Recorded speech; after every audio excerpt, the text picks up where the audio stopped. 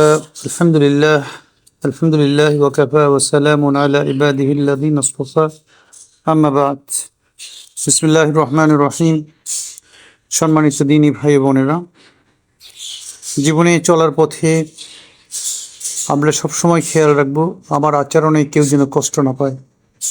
কেননা দীর্ঘশ্বাস এটার পরিণতি খুবই খারাপ। একটু ভেবে দেখবেন কখনো কারো দীর্ঘশ্বাসের কারণ হয়েছেন কিনা। যদি হয়ে থাকেন এখন থেকে তওবা করে কখনো কারো দীর্ঘশ্বাসের কারণ হবেন না।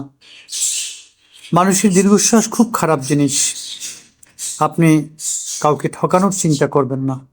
একটু ভেবে দেখবেন কি আপনি কি কাউকে ঠকিয়েছেন, কাউকে কাঁদিয়ে, কাউকে শাসন করে, কারো হৃৎপিণ্ডকে আগুন লাগিয়ে দিয়েছেন, কাউকে এমন কোনো কষ্ট দিয়েছেন যে কষ্টের কারণে সে প্রতিনিয়ত কাঁদছে, কাউকে অতিরিক্ত অবহেলা করেছেন, মানুষের সাথে এমন কোনো খারাপ ব্যবহার কি আপনি করেছেন যে খারাপ ব্যবহারের কারণে লোকটি প্রতিনিয়ত দীর্ঘশ্বাস ছাড়ছে। অথচ একবার যদি খেয়াল করেন যে মানুষটার সাথে আপনি খারাপ ব্যবহার করছেন সে হয়তো আপনার খুবই কাছের মানুষ, যে মানুষটা আপনাকে অন্ধের মতো বিশ্বাস করত, তার বিশ্বাস আজ আপনি ভেঙে দিয়েছেন। মনে রাখবেন, মানুষটা আপনার উপরে কোনো প্রতিশোধ না নিলেও সে যতবার আপনার কথা ভেবে দীর্ঘশ্বাস ফেলবে ততবারই তার আত্মা একটা নালিশ নিয়ে মহান রবের কাছে চলে যাবে। আর মহান রব সৃষ্টিকর্তা আল্লাহ আপনাকে আপনার কৃতকর্মের শাস্তি দিবেন। আপনি যত ভালো মানুষের মুখোশ পরে থাকেন না কেন, অথবা কাউকে ঠকিয়ে যতই সুখের সাগরে ভাসেন না কেন, কারো অন্তরে আঘাত দিলে সেটার শাস্তি আপনাকে দুনিয়াতেও ভোগ করতে হবে আর আখিরাতেও ভোগ করতে হবে। যে মানুষটাকে আপনি ঠকিয়েছেন সে যদি একসময় এসে আপনাকে মৌখিকভাবে মাফ করে দেয় আর অন্তরে তার কষ্ট থেকেই থাকে,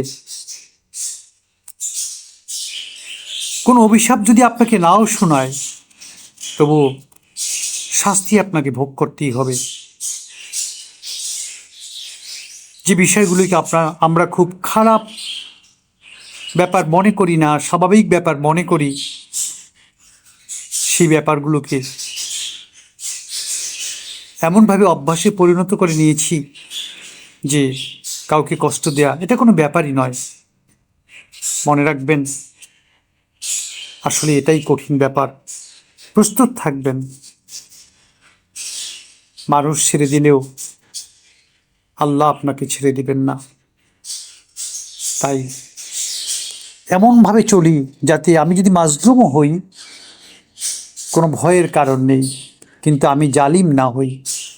যে মানুষগুলোর সাথে একসাথে চলি, একসাথে খাওয়া দাওয়া করি, যে মানুষগুলোকে এত বেশি ভালোবাসি, সে মানুষগুলো যদি আমাকে কষ্টও দেয়, একটি কথা মনে রাখবো, আমি যদি ধৈর্যশীল হই তাহলে সত্যিকারের ঈমান আমার মধ্যে, সত্যিকারের আল্লাহর রহমত আমার মধ্যে খুঁজে পাওয়া যাবে। কেননা আশ্চর্য বিষয় হচ্ছে, মুমিনের কাছে যদি কোনো বিপদ চলে আসে তারা ধৈর্যশীল হয়, আর যদি কোনো সুখের সংবাদ চলে আসে তারা আলহামদুলিল্লাহ বলে। অতএব আপনি কাউকে কষ্ট দিবেন না, কারো হৃদয়ে কষ্টের কারণ হবেন না, তাহলেই দেখবেন দুনিয়াও আপনার হয়ে যাবে, আখিরাতে তো আল্লাহর পক্ষ থেকে পুরস্কার অপেক্ষাই করছে। আসুন সত্যের পথে চলি, ইমানি শক্তিতে তেজদীপ্ত হয়ে, ইমানি শক্তিতে বলিয়ান হয়ে ন্যায়নিষ্ঠ জীবনযাপনে অভ্যস্ত হই, মানুষকে ভালোবাসি, কাউকে কষ্ট না দিই। আল্লাহ তুমি আমাদেরকে তৌফিক এনায়েত করো। কায় মনোবাক্যে তোমার কাছে প্রার্থনা, আমিন সুম্মা আমিন। আসসালামু আলাইকুম ওয়া রাহমাতুল্লাহি তাআলা ওয়া বারাকাতুহু।